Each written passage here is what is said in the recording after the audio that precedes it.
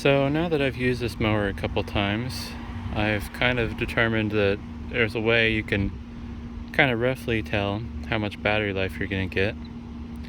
And part of that is by listening to the speed of the motor and getting used to what the idle speed sounds like.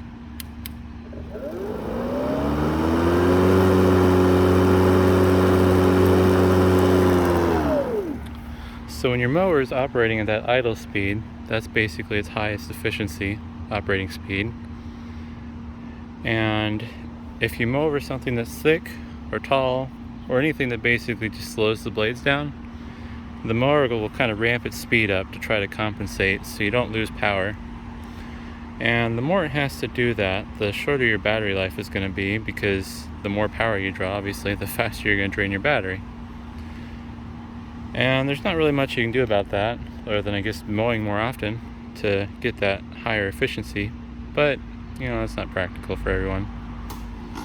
So, yeah, just simply, if you have range anxiety with your lawnmower, your electric lawnmower that is, just listen to the motor speed, and that'll kind of help you determine how long of a battery life you're going to get. The harder and more aggressively the motor has to spin, the lower your battery life's going to be.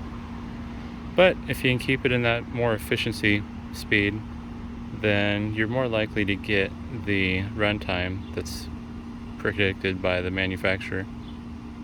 And this may vary from mower to mower, but it seems like, at least with this particular Ryobi mower, it's more likely to ramp up the speed if it's under a heavier load. So, thanks for watching.